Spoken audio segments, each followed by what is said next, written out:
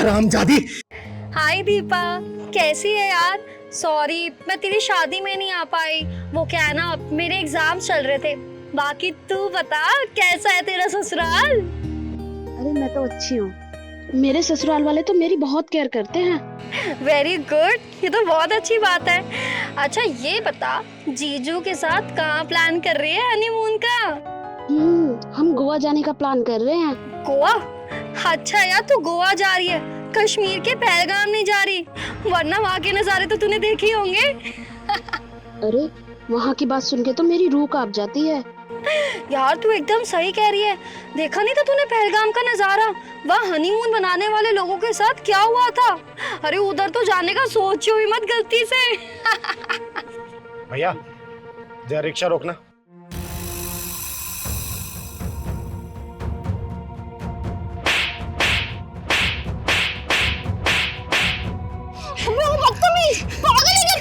हरामजादी, किसी सुहागन के उछड़े हुए मांग के सिंदूर का मजाक बना रही है तू? अगर वही हादसा तेरे साथ हुआ होता तो तेरे दिल पे क्या बीती? बोल ना, बोल। अबे दो टके की तालिबानी किन्नर, तेरी हिम्मत कैसे है मुझ पे हाथ उठाने की? और तू है कौन जो मुझे ज्ञान दे रही है? चिंगारी नाम है मेरा, चिंगारे किन्नर। और तेरी जैसी बिगड़ी औरतों को सुधारने का काम करती हूँ मैं, समझी? अबे ओ, तू जानती भी है मैं हूँ कौन? मेरा बाप ना सब इंस्पेक्टर है। एक कॉल करूंगी मैं, एक कॉल, और तुम दोनों ना सीधा अंदर जाओगे। लगा अपने बाप का फोन, लगा और बोल उसको कि तू सुहागन के सिंदूर का मजाक बना रही थी, उसके सुहाग की मौत पे हंस रही थी। या फिर नंबर दे, मैं तेरे बाप को फोन करके बोलती हूँ कि एक सब इंस्पेक्टर की बेटी के दिल में सुहाग की मौत की जगह गया है। दे नंबर। अबे तेरा क्या लगता था वो जो आतंकवादियों की गोलियों से मर गया, और वो लड़की जिसके लिए तेरी छाती मरोड़ उठ रही है? क्या लगते थे वो दोनों? अरे जो दूसरों के आंसुओं को देख के हंसी मजाक उड़ाते हैं ना, उनकी जिंदगी दुखों के सागर में डूब जाया करती है।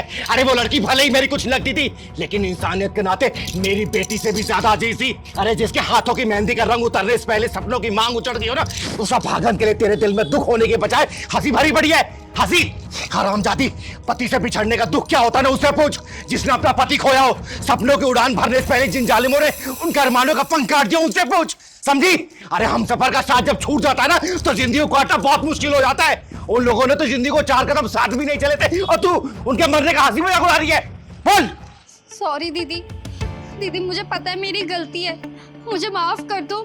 मुझे उनका मजाक नहीं उड़ाना चाहिए था। दूसरे का मजाक उड़ाने वाले ये भूल जाते हैं कि समय का चक्र गोल होता है, और जब समय अपना रूप दिखाता है ना, तो अकेला वही इंसान रोता है और पूरी दुनिया हंसती है। अरे उसे घर में जाके देख जिसका चिराग बुझ गया हो। अरे उस लड़की के दिल में झांक के देख जिसने अपना पति खोया हो। उसके दिल में तुझे आंसुओं का समंदर नजर आएगा, समझी? दीदी, दीदी प्लीज मुझे माफ कर दीजिए। मैं अपनी हरकत के लिए बहुत ज्यादा शर्मिंदा हूँ। सच में दीदी, मुझे ऐसा नहीं करना चाहिए था। प्लीज, आई एम सॉरी दीदी। बेटा एक बात हमेशा याद रखना, दुख किसी का घर देख के नहीं आता और सुख किसी का घर देख के नहीं जाता। सुख दुख लगा रहता है, किसी के घर भी आ जा सकता है, समझी? और आगे से किसी का हंसी मजाक उड़ाने से पहले ना 100 बार ये चिंगारी का झापड़ याद कर लेना, समझी? चल पहलवान।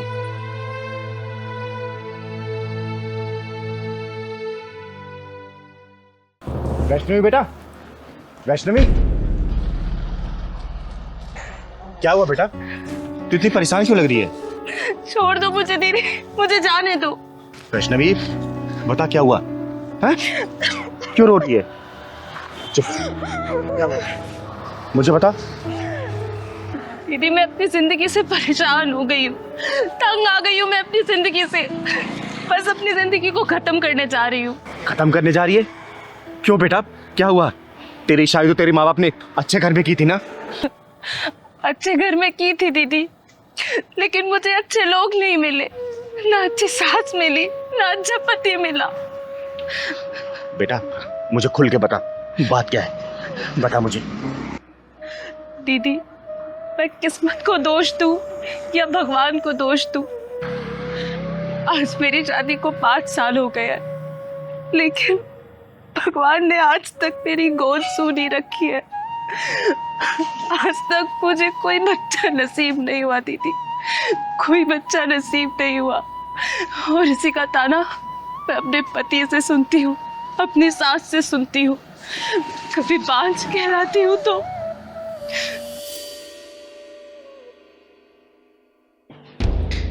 है कलमुही।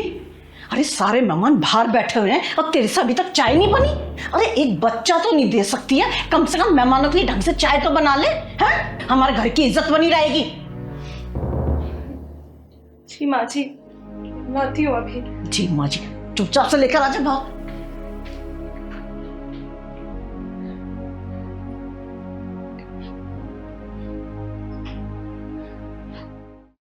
अरे कलमुही कहाँ मर गई? भूखा मारेगी आज हमें।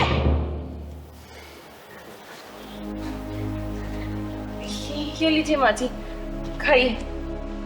ये लीजिए। ए, तेरा दिमाग खराब हो गया क्या? मेरे बराबर में बैठेगी? नीचे बैठ, नीचे बैठ। पर माँ जी। क्या माँ जी, सुनाई नहीं दे रहा क्या बोल रही है वो? एक बच्चे का सुख तुमसे दिया नहीं जा रहा, हमारी बराबरी करोगे तुम? नीचे बैठ, नीचे बैठती हो? बैठ।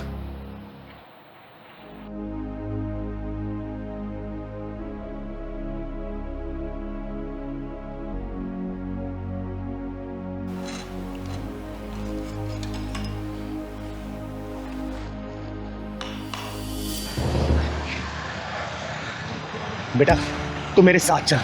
आज तेरे पति और तेरी सास के पिछवाड़े में ऐसा ढक्कन लगाऊंगी ना कि जिंदगी भर वो ताना देना भूल जाएंगे। और तू चिंता मत कर बेटा, भगवान ये तेरी गोद ना जरूर हरी भरी करेगा, जरूर। तो चल मेरे साथ चल। तो अच्छा हुआ चली गई अपना काला मुंह लेकर। जब से इस घर में आई है ना सारा सुकून ही चला गया है। तू चिंता मत कर, तेरे लिए ना इससे भी सुंदर बहू लेकर आऊंगी मैं। कम से कम मुझे दादी बनाएगी और तुझे बाप बनाएगी। बांझ कहीं की, और मर जा कहीं जाके तो अच्छा है। सही कह रही हो माँ, बोझ ही बनी हुई थी इस घर पे वो। अरे एक बच्चे का सुख तो दे नहीं पा रही थी मुझे, अब तो मर जाए अच्छा है वो। तो फिर आ गई अपना काला मुंह लेकर, मरी नहीं कहीं जाकर। और ये किसको अपना हिमायती बना के लाई है? चिंगारी, चिंगारी नाम है मेरा। और तेरे जैसे बेअकल औरतों का अकल ठिकाना लगाने का काम करती हूँ मैं। डायन कहीं की। अरे डायन भी 10 घर छोड़ के पार करती है, और तू अपने घर को नाश करने चली है। ओए, तमीज से बात कर। तू जानती नहीं है, एक फोन करूंगा ना जेल की सलाखों के पीछे दिखाई देगी अभी। अबे तो पुलिस बुला ले या फोर्स बुला ले, चिंगारी का कोई बाल भी बाका नहीं कर सकता, समझा? अरे हमने किया क्या है और हमारे घर में कैसे घुसी चली आई? किया क्या है? अरे अब भी कुछ बच गया है क्या करने के लिए? ये बताइए कि आप लोगों ने क्या नहीं किया है। अरे माँ जी, आपको मैंने कितना प्यार किया था, कितना सम्मान दिया, कोई कसर नहीं छोड़ी आपकी सेवा में। और आपने क्या किया मेरे साथ? मुझे 5 का नाम दे दिया। और आपकी तो कितनी सेवा करती थी ना मैं रात दिन। आपको पति नहीं भगवान माना था मैंने, और आपने मुझे अकेले मरते हुए छोड़ दिया। एक बार भी नहीं सोचा कि मेरा क्या होगा। और एक बात बताइए, डॉक्टर को जब हमने चेकअप करवाया था तो डॉक्टर ने क्या बोला था कि कमी सिर्फ मुझ में नहीं है, कमी हम दोनों में है। तो फिर 5 का नाम मुझे ही क्यों मिले? सब कुछ मुझे ही क्यों सहना पड़े? तो बुढ़िया, भगवान ने तेरी झोली में इस औलाद का सुख दिया है ना, तो इसलिए नहीं दिया कि किसी औरत को तू बांझ बोले। अगर भगवान इस औलाद नहीं दे रहा तो याद रखना, भगवान के घर में देर है लेकिन अंधेर नहीं है। कल को ये औलाद का सुख भी छीन सकता है, समझे? और सुन, ये चिंगारी तुझे श्राप देके जाती है, श्राप। बहुत जल्दी तू इस औलाद से वंचित हो जाएगी, वंचित। चिंगारी जी, नहीं, ऐसा अनर्थ मत कीजिए। मेरे बच्चे को इतना बड़ा श्राप मत दीजिए। मैंने इसके साथ जो कुछ किया ना, मैं उस सब चीजों के लिए सब माफी मांगने के लिए तैयार हूँ, पर आप ऐसा श्राप मत दीजिए, मत दीजिए। हाँ चिंगारी जी, मुझे भी माफ कर दीजिए, गलती हम दोनों की है। बच्चे के मुंह में आके इसके प्यार को कभी समझ ही नहीं पाए। और ये बात मैं बहुत अच्छे से जानता था कि कमी हम दोनों में है, लेकिन अपनी मर्दानगी दिखाने के चक्कर में सारा ब्लेम मैंने इस पर डाला। लेकिन मैं आपसे वादा करता हूँ, आज के बाद कभी इसके साथ कुछ गलत नहीं होने दूंगा। मैं हमेशा इसको प्यार करूँगा, हमेशा इसकी कदर करूँगा, चाहे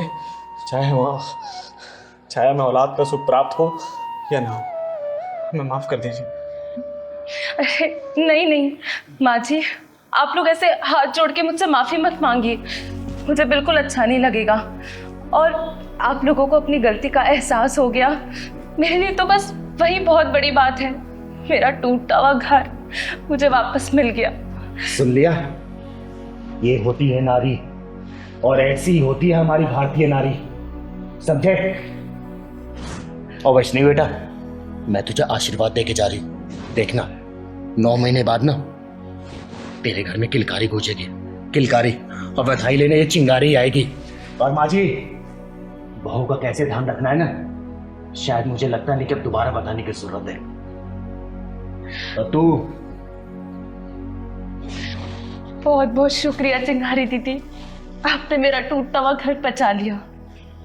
हमेशा खुश रहे बेटा, खुश रहे। चल बेटा।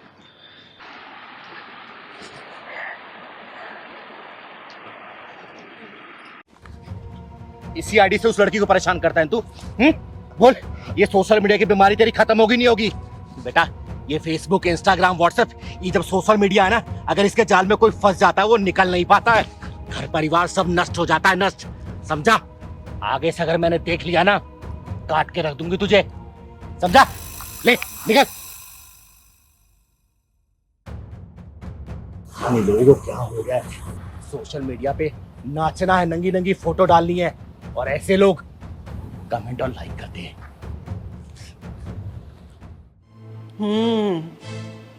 ये गुल खिला रही है कुलक्षणी, हाँ?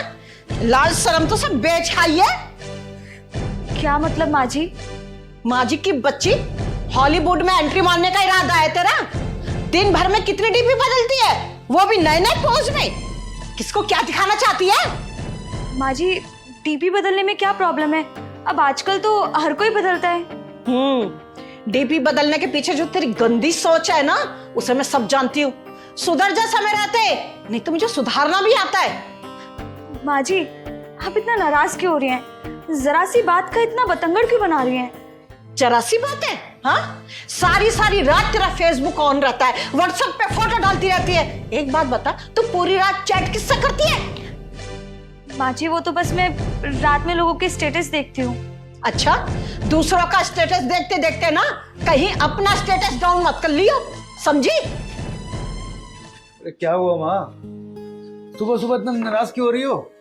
कमीने, तेरे जैसे आदमियों की औरतें ही ना रात को चैटिंग करके सेटिंग कर लेती हैं, और दूसरे दिन ना मिलना मिलाना शुरू हो जाता है। अरे माँ, क्या हुआ, क्यों इतना शोर मचा रही हो आप?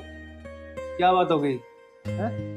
तरुण, पूछ इससे, दिन भर में डीपी पे 10-10 फोटो चेंज करती है, और फेसबुक पे या उल्टी सीधी फोटो क्यों डालती है? क्या चल रहा है इसके मन में? तूने इसका फोन कभी चेक किया है?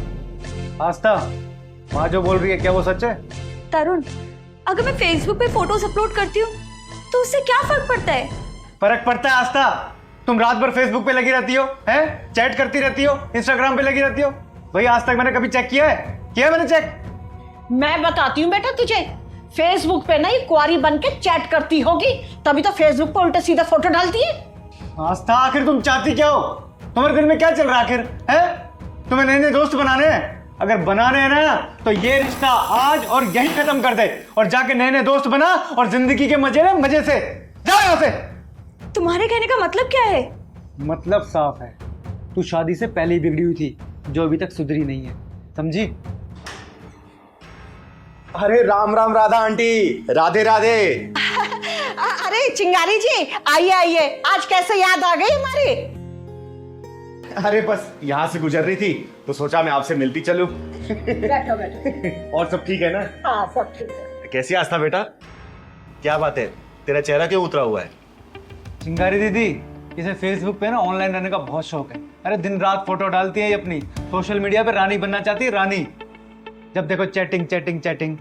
शादी हो गई और भगवान ने चाहा तो 1 साल बाद माँ भी बन जाएगी, लेकिन आदतें अभी शादी से पहले वाली नहीं गई हैं। मैं कुछ समझी नहीं रहा था आंटी। दीदी, यहाँ किस लिए आए थे और भूल गए? अरे पहलवान, वो काम अभी उतना जरूरी नहीं है, जरूरी फिलहाल मुझे ये लग रहा है। हाँ आगे बताइए आंटी। चिंगारी जी, जो औरतें शादीशुदा होकर भी ना फेसबुक पे कुंवारी बन के चैटिंग करती हैं और इंस्टाग्राम पे जो कमर मटकाती रहती है ना, उनकी शादीशुदा जिंदगी ना ज्यादा नहीं चलती है। अगर मैंने सोशल मीडिया पे अपनी कोई फोटो अपलोड कर दी तो इसमें क्या हो गया? इतना बड़ा हंगामा करने की क्या जरूरत है? किसी से मिलने थोड़ी गई मैं। आस्था बेटा, तुम तो बर्बादी के रास्ते पे जा रही हो, क्योंकि जो औरतें शादीशुदा होती है ना, शादीशुदा होने के बावजूद भी इंस्टाग्राम, फेसबुक, व्हाट्सएप, इनसे पे लगी रहती हैं, फोटो अपलोड करती हैं, वीडियो अपलोड करती हैं, डांस की रील्स डालती हैं, उसके पीछे सिर्फ एक ही मकसद होता है, लाइक और कमेंट का। और लाइक और कमेंट के पीछे जो मकसद छुपा होता है ना, वो होता है फ्रेंडशिप का। और जो शादीशुदा औरतें ये फ्रेंडशिप के चक्कर में पड़ जाती है ना, वो अपनी जिंदगी बर्बाद कर लेती है बेटा, इस बात को याद रखना। चिंगारी जी, ये ना मुझे पढ़ा रही है कि सब लोग ऐसा ही करते हैं। ऐसा करने वालों के घर भी करते हैं। ये जो आजकल की लड़कियां और शादीशुदा औरतें हैं ना, उनको फेसबुक पे फोटो अपलोड करना है, इंस्टाग्राम पे डालना है, व्हाट्सएप पे डालना है, उसके पीछे पता मकसद क्या होता है? मकसद सिर्फ ये होता है बहुत सारे लाइक मिल जाए, कमेंट मिल जाए, शेयर मिल जाए। और ऐसे करने वाले हजारों लोग पड़े हैं, लेकिन उनको ये क्या पता है कि उसके पीछे मकसद क्या होता है उन लोगों का? उनका सिर्फ मकसद ये होता है कि लड़कियों से किसी ना किसी तरीके से बातें की जाए, उनसे वीडियो कॉल किया जाए, उनको जिस्म को देखा, उनके साथ जिस्मानी ताल्लुकात रखे जाएं। जो शादीशुदा लड़कियां ना ये तारीफ के पुल पे चढ़ जाती है ना, उनकी शादीशुदा जिंदगी के पुल बहुत जल्दी टूटते हैं। और ये औरतें जितनी जल्दी समझ जाएंगी, उनका घर परिवार बच जाता है, नहीं तो जग जाहिर है सब। दीदी, इसीलिए तलाक कराने वाले वकीलों के पास भीड़ लगती है। दीदी मैं तो आगे रात को सो जाता हूँ और ये रात भर फोन में लगी रहती है, कभी इंस्टाग्राम, कभी फेसबुक, कभी व्हाट्सअप। अरे रात भर चैटिंग करती रहती है, पता नहीं क्या करती है। आज मेरे को मम्मी ने बताया मेरे को। आस्था बेटा, पास्ट को अगर प्रेजेंट के रिश्तों के ऊपर रखने की कोशिश करोगी ना, तो ना पास्ट रहेगा और ना ही प्रेजेंट। अब फ्यूचर तो भूल ही जाओ। इंटरनेट ऐसा जाल है ना, अगर कोई इंसान उसमें फंस गया, जिंदगी भर कितनी भी लाख कोशिश कर ले, निकल नहीं पाता है, समझी? दीदी, ये फोन लोगों को बहुत आगे तक ले जा रहा है। उतरना कहीं होता है, उतर कहीं जाते हैं। ठीक है मम्मी जी, अगर मेरे सोशल मीडिया चलाने से इतनी ही दिक्कतें हैं ना, तो ना ही मैं फेसबुक चलाऊंगी, ना ही इंस्टाग्राम और ना ही व्हाट्सएप पे कोई स्टेटस अपलोड करूंगी। आज के बाद कुछ नहीं चलाऊंगी। मम्मी जी मुझे माफ कर दो please. Tarun, I am sorry. चिंगारी दी, सॉरी। आस्था बेटा, ये जो सोशल मीडिया के प्लेटफॉर्म है ना, इंस्टाग्राम, व्हाट्सएप, फेसबुक, ये सब चलाने में दिक्कत नहीं है, दिक्कत है लाइक और कमेंट के जाल में फंसने में। और तुझे पता है, इसके चक्कर में ना हर दूसरा घर डिस्टर्ब हो रखा है। ये सब चलाने से कोई मना नहीं कर रहा तुझे, लेकिन हाँ, कोई भी चीज अगर लिमिट में की जाए ना बेटा, रिश्ते संभल के चलते हैं। शादी हो गई तेरी, सब्जी, ध्यान रख इस बात। ठीक है, मैं आप सबके लिए चाय बना के लाती हूँ। ठीक है बेटा, जा बना के।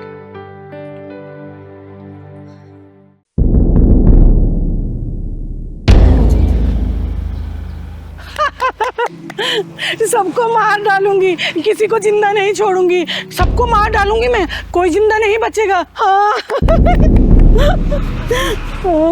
सबको मार दूंगी मैं, किसी को भी नहीं छोड़ूंगी मैं। कोई नहीं बचेगा, कोई भी नहीं बचेगा, कोई नहीं बचेगा।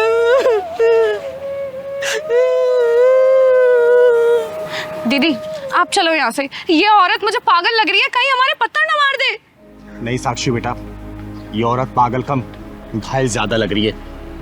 इसके गम के समंदर की गहराई में उतर के देखने की कोशिश करते हैं कि कितना गम भरा है इसके अंदर। चल तो। दीदी आप ना हर किसी की गहराई नापने लग जाती हो। अभी तो हमें डंडा पड़ा है, अब लग रहा है पत्थर खाने का भी इरादा है। हाँ ना बेटा, देख कितनी दुखी लग रही है। हाँ, आपको ना राह चलते बसोड़ी में टंग अड़ाने की आदत सी पड़ गई है। खैर, आप किसी की बात मानती कहाँ हो जो मेरी मानोगी। अब चलो। मेरे पास मत आना, मैं कह रही हूँ मेरे पास मत आना। मैं तुम्हारा मैं सर फोड़ दूंगी, मार डालूंगी। जाओ जाओ।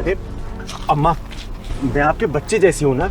खबरदार, मुझे अगर दोबारा माँ बोला तो आंखें नोच लूंगी मैं तेरी। बड़ा है माँ, माँ बोलने वाला। दीदी ये तो बड़ी खूंखार लग रही है, आप चलो यहाँ से, चलो। नहीं साक्षी बेटा, इनको मैं ऐसी हालत में छोड़कर कहीं भी नहीं जा सकते। अम्मा, आपको भूख या फिर प्यास लगी है क्या? दूर हट, दूर हट, मुझे कुछ नहीं खाना, कुछ नहीं पीना मुझे। तू है कौन? क्या नाम है तेरा? अम्मा, मेरा नाम चिंगारी है, चिंगारी किन्नर। और आपका नाम क्या है? मेरा नाम हाँ, याद आ गया।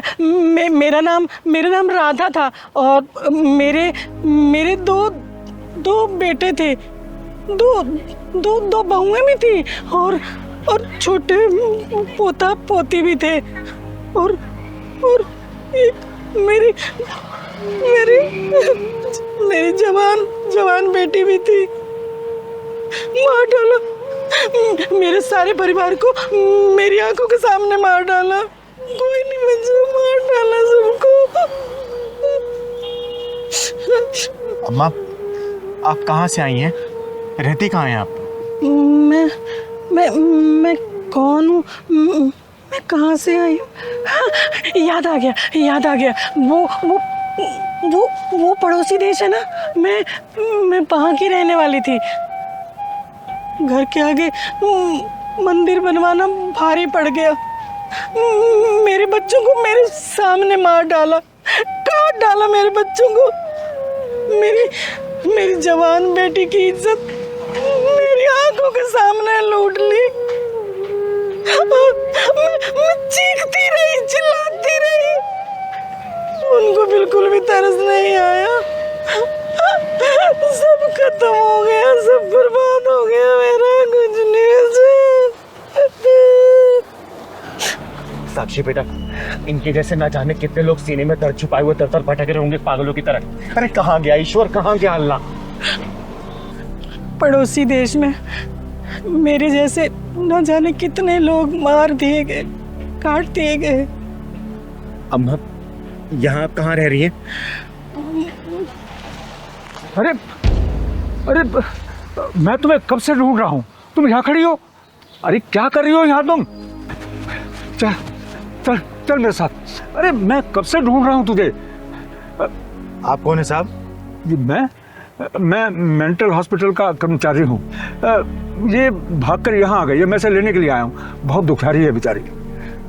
नहीं, मैं कहीं नहीं जाऊंगी। मैं वहाँ नहीं रहूंगी। अरे चल ना। मैं अपने बच्चों के साथ रहना चाहती हूँ, मैं नहीं जाऊंगी। साहब, अब ये कहीं नहीं जाएंगी, ये मेरे साथ रहेंगी अब। आपके साथ? हाँ जी। लेकिन आप इन्हें ऐसे साथ नहीं ले जा सकते। इनका नाम हमारे मेंटल हॉस्पिटल में रजिस्टर्ड है। अगर आप इन्हें ले जाना चाहते हैं तो हॉस्पिटल चल के आपको कुछ पेपर्स कार्रवाई पूरी करनी पड़ेगी, तब आप ले जा सकते हैं। ठीक है, मैं हॉस्पिटल चल के कागजी कार्रवाई पूरी कर देती हूँ। और अम्मा, आज से आप मेरे साथ रहेंगी। हाँ, मैं पागल खाने में नहीं रहूंगी, मैं अपने बच्चों के साथ रहूंगी। आइए चलिए, मैं कागजी कार्रवाई पूरी कर देती हूँ। आप बेटा। दीदी कहाँ चल रहे हैं? यार, उस बच्ची को हॉस्पिटल देखने जा रहे हैं ना। अच्छा ठीक है। सारा सामान रख दिया ना? हाँ, सारा सामान रख दिया, और गाड़ी में कुछ रखने की जगह भी नहीं है। और दवाइयाँ रख ली हैं? हाँ। दीदी स्कूटी को रोक दिया। पहलवान, वो देख, लगता है ये दोनों अपने माँ बाप को वृद्धाश्रम छोड़ने जा रहे हैं। अरे दीदी कहीं घूमने जा रहे होंगे, कहीं दर्शन करने जा रहे होंगे। बेटा, घूमने जाने वाले ना ऐसे रोते नहीं है। वो देख, उसकी माँ कैसे रो रही है। अरे राधिका, अब रोना धोना छोड़ो, जो भी हमारे साथ होगा देखा जाएगा। मेरा मन नहीं कह रहा है जी, ये जो कुछ भी हो रहा है ये ठीक हो रहा है क्या? अरे सब ठीक हो रहा है, मैं हूं ना, चिंता काहे को करती हो? आज इन दोनों को सबक सिखा के दम दूंगा। जिस पेड़ की छाव में रहकर तुम लोग बड़े हुए हो, उसी पेड़ को काट के सूखने के लिए डालने जा रहे हो तुम लोग। आप गलत समझ रही हैं। ये हम दोनों को छोड़ने के लिए नहीं जा रहे हैं, बल्कि हम दोनों इन दोनों को आश्रम छोड़ने के लिए जा रहे हैं। क्या? हाँ। ये हमें छोड़ने नहीं जा रहे, हम इन्हें छोड़ने जा रहे हैं। माफ करना मुझे, गलतफहमी में आके मैंने आपके साथ बदतमीजी की। माफ करना मुझे। मेरा नाम चिंगारी है, चिंगारी किन्नर, और समाज की बिगड़ी सोच को सुधारने का काम करती हूँ मैं। ये मेरा इकलौता बेटा आकाश, और ये मेरी बहू आकांक्षा। दरअसल हम दोनों बूटा बूटी इन दोनों की आंखों में खटक रहे थे। हमारी बहू हमें घर से अलग रहने के लिए कह रही थी, और इससे पहले कि ये हमें अपने घर से अलग करें, हमने इन दोनों को घर से अलग करने का फैसला कर लिया। अरे ये घर मेरा, ये गाड़ी मेरी, कमाई सब कुछ मेरा है, और मेरी कमाई पर अगर अपना कोई हक जताए, ये मुझे मंजूर नहीं है बिल्कुल। मम्मी पापा हमें माफ कर दीजिए, आप जैसा कहेंगे हम वैसा करने के लिए तैयार हैं। वेरी गुड, तो गाड़ी में बैठो और जाओ। तुम्हारा आश्रम में रहने का पूरा इंतजाम कर दिया गया है, और वहाँ के इंचार्ज से मेरी बातचीत हो चुकी है। तुम्हें रहने में कोई भी तकलीफ नहीं होगी। वाह वाह, बिल्कुल सही फैसला आपका। ये औलादे अपने आप को समझती क्या है और माँ बाप को क्या समझती हैं? बेसहारा या फिर लाचार? अरे नकलमंदों, कौन समझाए कि माँ बाप कभी लाचार और बेसहारा नहीं होते। अरे इन औलादों को माँ बाप के सहारे की जरूरत पड़ती है, लेकिन माँ बाप अपने दम पे खड़े होते हैं। ये औलादे जो होती है ना, माँ बाप के बिना एकदम चल भी नहीं सकती और अपने पैरों पे खड़ी भी नहीं हो सकती। चिंगारी जी, हमारी हिम्मत की दीवारें अभी इतनी जर्जर नहीं हुई कि कोई हमारे जज्बातों की छतों को रौंद कर चला जाए। जिनके चलने के लिए हमने रास्तों से कांटे हटाए, वही हमारी राहों में गड्ढा खोदने चले थे। माँ जी, बिल्कुल सही डिसीजन आपका। इससे बहुतों को सीख मिलेगी कि आजकल बच्चे माँ बाप को आश्रम नहीं भेज रहे, बल्कि माँ बाप अपने बच्चों को आश्रम भेज रहे हैं। दीदी, इन्होंने तो उल्टी गंगा बहा के दिखा दिया। सही कह रहा है पहलवान, आज तक तो सबने सीधी गंगा बहती हुई देखी होगी और इन दोनों ने तो उल्टी गंगा ही बहा दी। मजा आ गया भाई। पापा हमें माफ कर दो, हम वहाँ पर नहीं रह सकते हैं। वहाँ का एटमॉस्फेयर हमें सूट नहीं करेगा।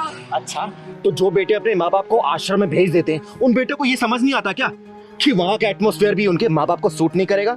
है बेटा, जो डिसीजन मैंने ले लिया है ना, अब मैं उससे पीछे हटने वाला नहीं हूँ। गाड़ी में सामान पैक रखा है तुम्हारा, बैठो और फुर हो जाओ, जाओ। और राधिका, आज हम एक बहुत सुंदर सी मूवी देखने के लिए चले हैं और उसके बाद साथ में बैठकर किसी रेस्टोरेंट में अच्छा खाना भी खाएंगे।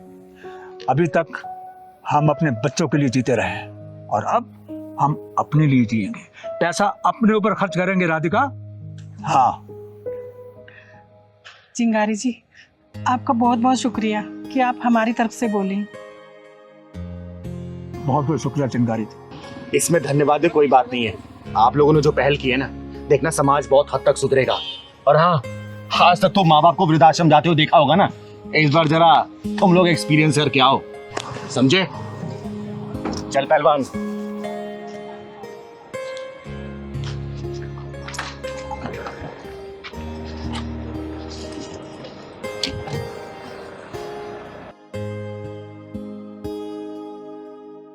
कैसे करमराज भैया? बस चिंगारी दीदी, आशीर्वाद है आपका। दाल रोटी चल रही है बढ़िया से। घर में सब ठीक है ना? हाँ, भगवान की कृपा से सब ठीक है। आप बताइए क्या लेंगी? आप तो देखने की भी जरूरत नहीं है, सारी सब्जियां ताजी हैं, आग बंद करके उठा लीजिए आप। आलू क्या भाव दिए? अरे बेटा, कैसी बातें कर रही हो? आलू 30 रुपया किलो। 30 रुपए किलो? अबे तू आलू बेच रहा है कि सोना बेच रहा है? बेटा, हर जगह यही रेट चल रहा है, क्यों परेशान हो रही है? मम्मी, तुम ना मुंह बंद करो। बेटा, आलू हर जगह 30 रुपए किलो ही है। अच्छा, तुमसे पूछा मैंने? तू बता, ये गोभी क्या भाव दी है? गोभी 50 रुपया किलो। 50 रुपए किलो? आलू 30 रुपए किलो, गोभी 50 रुपए किलो। अरे क्या चल रहा है ये? चल अभी ये बता दे कि टमाटर क्या भाव दिए है? मैडम, जिस हिसाब से आपकी हरकतें हैं ना, अब टमाटर का भाव ना पूछो तो ही अच्छा है, चक्कर आ जाएगा सुन के आपको। ओए, तूने क्या समझ रखा है मुझे? तेरे साथ ना तेरे पूरे खानदान को भी खरीद सकती हूँ मैं। अभी तक तेरा पापा ने मकान का किराया तक नहीं दिया। मम्मी, और तुम शांत नहीं रह सकती हो कि थोड़ी देर? हैं जी, 30 रुपए किलो तो आलू आपसे खरीदे नहीं जा रहे। आई बड़ी मेरा खानदान खरीदने वाली। तू ना अपनी औकात में रहकर बात कर मुझसे। अबे 1000-1500 से ज्यादा की तेरी औकात नहीं है। जितना पैसा तू कमाता है ना रोज, उतने का मैं पिज्जा बर्गर खा जाती हूँ। बेटा, क्यों झूठ बोल रही है? 1000-1500 का पिज्जा खाने वाली 30 रुपए के आलू के लिए मोलभाव कर रही है। एक बात बताओ, तुमसे किसने कहा है हमारे बीच में पड़ने के लिए? अपना सब्जी लौट जाओ यहाँ से। एक बात बता, 20 में आलू बिक रहे हैं और 25 में गोभी, तो लूटी तो मचा रखी है तूने। अरे बहन जी, लेना है तो लीजिए, नहीं तो जाइए यहाँ से। क्यों मेरा और अपना टाइम खराब कर रही हैं आप? दीदी आप बताइए। चल सही सही रेट लगा ले, आधा किलो आलू दे दे और आधा किलो टमाटर कर दे। चल बेटा, बहस क्यों कर रही है? जल्दी ले लेना।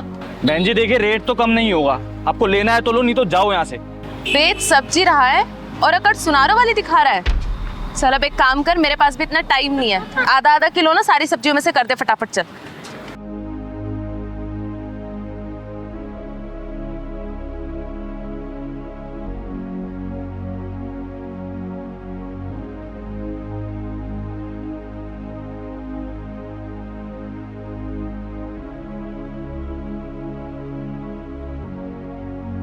लो मैडम जी, 50 रुपए हो गए आपके। 50 रुपए? अरे भाई किस हिसाब से 50 रुपए हो गए? देख 30 रुपए की सब्जी है ये, 30 रुपए दूंगी, उससे ज्यादा 1 रुपया भी नहीं दूंगी। और सब जानती हूँ मैं, 10 रुपए की सब्जी लाके 50 रुपए में बेचते हो तुम। इसलिए ना मैं तेरे साथ नहीं आती हूँ। मैडम जी, आप पागल है क्या थोड़ी सी? अरे कर्मराज भैया, इन जोशों की औकात क्या है पूछना नहीं पड़ता, खुद ही बता देते हैं ऐसे लोग। और तेरी औकात क्या है? गली गली में ताली बजाना और 10-10 रुपए मांगना। ओए घमंडी औरत, तू कर्मराज भैया से माफी मांग, वरना तेरा थोपड़ा बिगाड़ दूंगी मैं। रहने दो दीदी, मत मारो इनको। ये लोग अपनी झूठी शान के चक्कर में अपना आत्मा और ज़मीर तो बेच ही चुके हैं। इनको मार के कोई फायदा नहीं है दीदी, कोई फायदा नहीं है। जिन लोगों की आत्मा और ज़मीर मर चुके हैं उनको मार के क्या फायदा, आप खुद बताइए ना। मैडम आप ले लो, आपको जो चाहिए आप सब ले लो। आप ये सब्जी ऐसी फ्री में ले जाओ बहन जी, कोई बात नहीं। माफी? और वो भी इससे? माफी मांगे मेरी जूती। ये ले पकड़ अपने पैसे, चलो मम्मी। कर्मराज भैया, आप मेरी सब्जी पैक करके रखो, आती हूँ मैं जरा। अरे दीदी, अपनी हरकतें छोड़ दे, नहीं तो एक दिन पछताएगी। भाग कहाँ रही है? हैं? माफी तू क्या, तेरी पुरखे मांगी और तेरी हिम्मत कैसे हुई एक गरीब सब्जी वाले की बेइज्जती करने की? बोल। दीदी इसे माफ कर दीजिए, नादान है। नहीं माँ जी, ऐसे लोग समझाने से नहीं समझते। ये झूठी नस्ल की जो औलादें होती है ना, ये बहुत ही खतरनाक होती है। तू बता, कर्मनाथ भैया से माफी मांगेगी या नहीं मांगेगी? बोल। बोल ना, मांगूंगी। हाँ मैं मांग लूंगी उनसे माफी।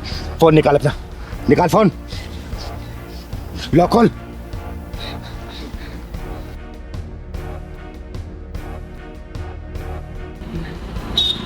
हेलो कर्मराज भैया।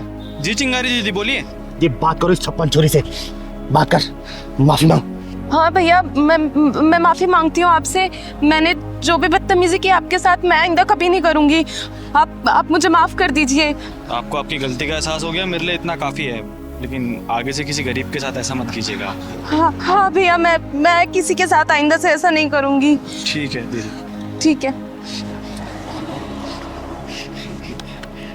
आगे से किसी के साथ ऐसी हरकत करेगी ना, जान से मार दूंगा तुझे, समझी?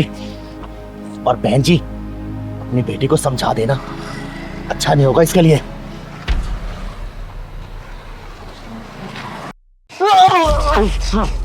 इंस्पेक्टर साहब, बहुत ही खतरनाक जेब कतरा, ये चेन स्नैचिंग का मास्टर है। मैंने इसे किसी औरत का पर्स चुराते हुए पकड़ा है। अरे क्या कर रही है तू? मारे आगे तू किसी बेकसूर ने मार रही है। हाँ, शांत हो जाओ। देखिए, आप इसको थाने ले आई ना, इसके आगे का काम हमारा है। आप निश्चिंत रहिए, इसकी खातिरदारी तो हम अच्छे से करेंगे। आपकी कांस्टेबल की बातों से ये लग रहा है कि कुछ ज्यादा ही गहरी जान पहचान है इस जेब कतरे से इनकी। बहुत अच्छी तरीके से जानती है इसको। देखिए चिंगारी जी, आप अभय राज को अच्छे से जानती हैं कि वो इन जैसे मुजरिमों के लिए कितना बड़ा जल्लाद है। क्या बे, शायद तू अभय राज को जानता नहीं है, जो मेरे इलाके में चोरी कर रहा है। बेटा, पूरे 3 साल के लिए तेरे को जेल के अंदर डलवाऊंगा मैं। आई बात समझ में? देखिए चिंगारी जी, अब आप निश्चिंत रहिए। और रही बात इस चोर की, तो ये तो जेल जाके ही रहेगा। और आपका बहुत बहुत धन्यवाद जो आप इस जैसे चोर को यहाँ तक लेकर आई। मैं चाहती ना तो इसका इलाज वहीं पे कर देती, लेकिन आज मेरा सोमवार का व्रत है और सोमवार के व्रत के दिन मैं किसी के ऊपर हाथ नहीं उठाती। चिंगारी जी, आप कैसी बातें कर रही हैं? देखिए, आप निश्चिंत रहिए, ये तो आप सीधे जेल में ही जाएगा। आपसे यही उम्मीद है इंस्पेक्टर साहब। जय हिंद।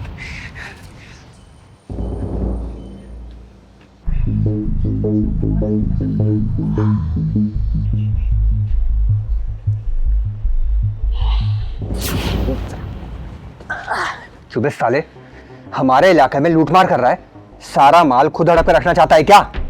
मैं तेरे को पता नहीं है क्या कि लूट मार का 50% हमको भी मिलता है? नाम क्या तेरा? शोएब नाम है। पहली बार इस इलाके में हाथ साफ गया हूँ साहब। और क्या चुराया तूने, ये बता मुझे। अरे वाह, जियो मेरे शेर। टेंशन मत ले, पकड़ा गया है तो कोई टेंशन वाली बात नहीं है। तेरे को हम छोड़ देंगे, लेकिन तू इस धंधे को मत छोड़ियो। आई बात समझ में?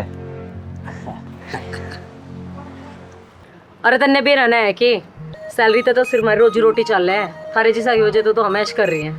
हाँ वे, तो पकड़ अपना 50% और बाकी का 50% हमारा।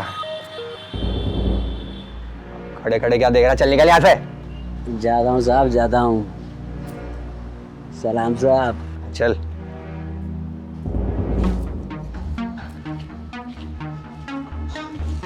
ओए सिगरेट दे।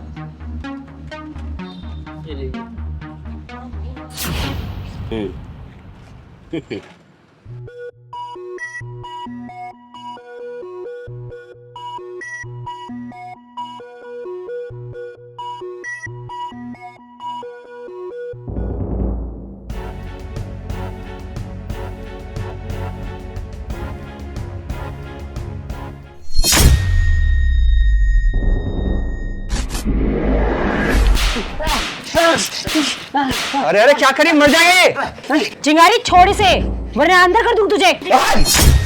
इसलिए चिंगारी कोर्ट कचहरी पुलिस थाना विश्वास नहीं करती, खुद ही फैसला करती है ऑन द स्पॉट। अरे तुम जैसे रिश्वत खोर दलाल 50-50 रुपए में ईमान बेचते हैं। देखो इसको छोड़ दो, मेरी बात मानो। जब कानून का ईमान बिक जाता है ना तो मुजरिमों का दिल से डर खत्म हो जाता है, और जब डर खत्म होता है ना तो ये खुलेआम वारदात करने लगते हैं। इसीलिए इनके दिल में डर होना बहुत जरूरी है, चाहे कानून का डर हो या फिर मेरे जैसे किसी ईमानदार के जुनून का डर। किसी जुनून का डर।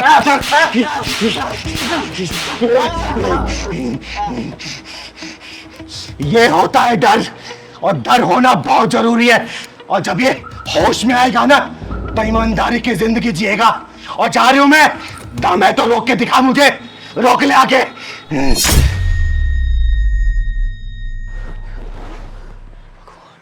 अरे मैं किन्नर हूं तो क्या हो गया, मैं इंसान नहीं हूं क्या? या फिर मेरे अंदर जज्बात नहीं है, या फिर मैं इस समाज की पैदाइश नहीं हूं? अरे मत खेलो किसी के टूटे हुए जज्बातों से, समझे? मत दो ताना हमें, वरना बर्बाद हो जाओगे, तबाह हो जाओगे। तेरे जन्मदिन पर, अरे आसिफ भाई आज मेरे पहलवान का जन्मदिन है, तो शाम को घर पे आना भूलना मत, ठीक है? जी जरूर आऊंगा। और हाँ, भाभी जी को भी लेके आना। जी जी। चलती भारी जी को भी बोलना है। अरे चाचा आज मेरे पहलवान का जन्मदिन है, तो शाम को घर पे जरूर आना। और चाची को भी लेके आना। अरे जल्दी चल, मेरा बॉयफ्रेंड इंतजार कर रहा हूँ। अरे चल तो रही हो बाबा यार। अरे प्रिया बेटा आज मेरे पहलवान का जन्मदिन है, शाम को घर पे आना भूलना मत दोनों, ठीक है? अरे दीदी मेरे जन्मदिन के दिन आप पगला जाती हो। एक्चुअली पागल नहीं हो जाती है, बल्कि ऑलरेडी पागल है ये। और तूने सोच भी कैसे लिया हम और तेरे घर आएंगे? बड़ी आई हमको बुलाने वाली। तूने सोच भी कैसे लिया हम तेरे घर खाना खाने आएंगे? तेरे को पता है जितने तेरे घर पे लोग इस कार्टून के बर्थडे में आएंगे ना, उससे ज्यादा तो हमारे कुत्ते की बर्थडे पार्टी में आ जाते हैं प्लेट चाटने। सुन लिया दीदी, और भी कुछ बेइज्जती कराना है क्या? चलो चलते हैं यहाँ से। अरे एक्चुअली ना बेइज्जती उनकी होती है जिनकी कोई इज्जत होती है। इन जैसे लोगों की ना कोई इज्जत बेइज्जती होती नहीं है। जिंदगी में इनका एक ही मोटिव होता है, सड़क पे भीख मांगना और अपना पेट भरना। और वैसे भी इन लोगों को बेइज्जती से क्या ही फर्क पड़ता होगा। सुन लिया दीदी, अब यहाँ से और सुनना बाकी है क्या? चलो चलते हैं। किसी को न्योता देने से पहले ना अपना स्टैंडर्ड देख लेना चाहिए। और वैसे भी इन जैसे बेशर्म लोगों को क्या पता स्टेटस क्या होता है, क्योंकि इनका तो कोई स्टेटस होता ही नहीं है। तो सही बोल रही है प्रिया, इन लोगों के मुंह लगने से ना अपना ही स्टैंडर्ड डाउन होगा, अपना ही लेवल बेकार होगा। और ये लोग तो ना 3 में और ना 13 में कहीं स्टैंड ही नहीं करते। मुझे तो ये समझ नहीं आ रहा ये किन्नर बर्थडे मनाने के लिए इतना खुश क्यों हो रही है। अरे मोना डार्लिंग, तो समझ नहीं पा रही बात। एक्चुअली क्या है ना, ये सबको बर्थडे में इनवाइट करेगी, लोग इसके घर पे आएंगे, इसको गिफ्ट्स और कुछ चिल्लर देकर चले जाएंगे। हाँ, इसी लालच में सबको न्योता देती फिर रही है, ताकि 150 रुपए का केक खिला के 500,000 की कमाई हो जाए। इनका तो दिन बन जाएगा इतने पैसों में। दूसरों की इज्जत को फुटबॉल समझ के जो लोग घमंड के जूते से उछाल करते हैं ना, तो बेइज्जती गोल उन्हीं घेरों में आते हैं। अरे मैं किन्नर हूं तो क्या हो गया, मैं इंसान नहीं हूं क्या? या फिर मेरे अंदर जज्बात नहीं है, या फिर मैं इस समाज की पैदाइश नहीं हूं? अरे मत खेलो किसी के टूटे हुए जज्बातों से, समझे? मत दो ताना हमें, वरना बर्बाद हो जाओगे, तबाह हो जाओगे। और जब समय की आंधी चलती है ना तो अभिमान की ऊंची ऊंची इमारतें भी ताश के पत्तों की तरह ढह जाया करती है। अरे हम किन्नर भी इसी समाज की पैदाइश है, कोई आसमान से टपके नहीं है, समझे ना? अरे किस बात का घमंड है तुम लोगों को? बोलो ना, पैसे या कोठी का, बैंक बैलेंस का, ऑफिस का, या फिर सुंदरता का? तो कुछ दिनों बाद झुर्रियों को छुपाने के लिए मेकअप का सहारा लेना पड़ेगा। अरे जन्म और मरण सबका एक जैसा ही होता है, चाहे वो इंसान हो, अमीर हो, गरीब हो, या फिर हम जैसे किन्नर। समझे? मरना सबका तय है। भगवान की बनाई हुई रचना में अपने अभिमान का काला रंग मत पोतो, समझे? चल पहलवान।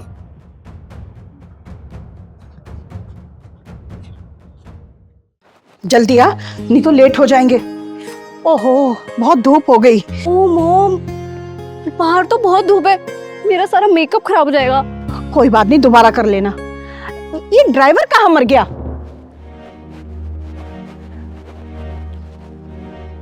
अरे गाड़ी भी लॉक है। ये नमक हराम कहाँ चला जाता है? हैं? कभी भी टाइम पे नहीं रहता गाड़ी के पास। मॉम, मैंने आपको पहले ही कहा था इसे जॉब से निकाल दीजिए ना, इसकी वजह से हमें धूप में सहना पड़ रहा है। ओके बेटा, शांत हो जा। मालकिन माफ करना, मेडिकल स्टोर चला गया था दवाई लेने के लिए। हार्ट अटैक हो गया था या कैंसर हो गया था तुझे? हाँ, दिख नहीं रहा कितनी धूप है और हम यहाँ खड़े हुए, गाड़ी भी लॉक है। मॉम, मैंने तो पहले ही कहा था इसे काम से निकाल दो, काम चोर होता जा रहा है ये। देखो कैसे झूठ बोल रहा है ये आदमी। तनु बेबी, मैं झूठ नहीं बोल रहा, आप खुद चेक करो मुझे कितना तेज बुखार है। यू ब्लडी बास्टर्ड, तेरी हिम्मत कैसे हुई? तेरा ना मैं हाथ तोड़ दूंगी, समझा? चिंगारी किन्नर मजबूर और लाचारों के ऊपर हाथ उठाने वालों की आंखें तोड़ देती है और नजरें उठाने वालों की आंखें फोड़ देती है, समझे? ओए, तू कौन है और हमारे बीच में टांग अड़ाने क्यों आई है? ये ना हमारा नौकर है, चाहे मैं इसे गाली दूं चाहे लाते मारूं। तू होती कौन है? हाँ, 20K सैलरी, फ्री में काम नहीं करता यहाँ पे। अब तू क्या मुंह देख रहा है? सामान उठा, चल अंदर चल। पहलवान बेटा। दीदी, मैं मजबूरी में यहाँ गाड़ी चलाता हूँ, इनके यहाँ सैलरी कम और गाली ज्यादा मिलती है खाने को। मुंह बंद कर, ऐसा चांटा लगाऊंगी ना जबड़ा हिल जाएगा तेरा। सामान उठा। सेकेंड हैंड गाड़ी में करोड़ों का अभिमान और इस अभिमान का आकाश में मकान। वाह दीदी, लगता है नए नए पैसे वाले बने तभी इतना घमंड है। सुन लो, अरे सुन लो नकली रईस जादियो, घमंड का पहाड़ बहुत ही कच्चा होता है और समय की आंधी का एक झोंका भी उसको झेल नहीं पाता। रेत की तरह बह जाता, ढह जाता, पता भी नहीं चलता कहाँ जाता। घमंडी का सिर एक न एक दिन नीचे जरूर होता है, समझे? ओए, चल अपना रास्ता नाप, हमें देर हो रही है। बड़े अच्छे मूड से निकले थे, सारा मूड खराब कर दिया। दीदी, ये दोनों बिना ढक्कन लगाए नहीं मानेंगे। सही कह रहा है पहलवान, और चिंगारी को हर बीमारी का इलाज करने आता है और इन लोगों की बीमारी क्या है चिंगारी को अच्छे से पता चल चुकी है। तू यहाँ से जाएगी या पुलिस को बुलाऊं? मॉम, हाँ पुलिस को बुलाइए, इसने मेरे पे हाथ उठाया है। शुक्र मना के तेरे ऊपर सिर्फ हाथ उठाया है, दुनिया से नहीं उठाया, वरना चिंगारी तेरे जैसे बददिमाग वालों को दुनिया से उठा देती है। अभी रुक, पुलिस को फोन लगाती हूँ। चिंगारी ना बदमाश से डरती है और ना ही किसी कानून से। चिंगारी सिर्फ डरती है अपने उबलते हुए खून से। अगर मेरे खून में उबाल आ गया ना तो सामने वाला दुनिया से उठ जाता है। इससे बेहतर इससे माफी मांग लो, वरना दुनिया से उठाने में तनिक भी समय नहीं लगेगा। माफी मांगो इसे। दीदी, ये मुझे नौकरी से निकाल देंगे और इस समय मुझे नौकरी की बहुत ज्यादा जरूरत है। भैया तुम इसकी चिंता मत करो, समझे? क्योंकि चिंगारी कभी भी किसी के सामने गिरते हुए किसी को देख नहीं सकती, चाहे इसके लिए कोई भी कीमत चुकानी पड़ जाए। तुम दोनों माफी मांग लो इससे, वरना मार मार के तुम लोगों का चेहरा का ये हाल करूंगी ना कि आईना भी पहचानने से इनकार कर देगा। माफी मांगो। सॉरी प्रेमपाल, मैंने तुम्हें कुछ ज्यादा ही बोल दिया, प्लीज मुझे माफ कर दो। आई एम सॉरी भैया जी, मुझे माफ कर दीजिए, मेरे से गलती हो गई, आज के बाद कभी ऐसा नहीं होगा। भैया तुम्हें यहाँ नौकरी करने की जरूरत नहीं है, अब तुम्हारी नौकरी कहीं और लगवाऊंगी। चाबी वापस करो, चलो मेरे साथ। ये लो मालकिन चाबी। और हाँ, अंग्रेजों के संस्कार को छोड़ के ना भारतीय संस्कृति अपना लो, चलो।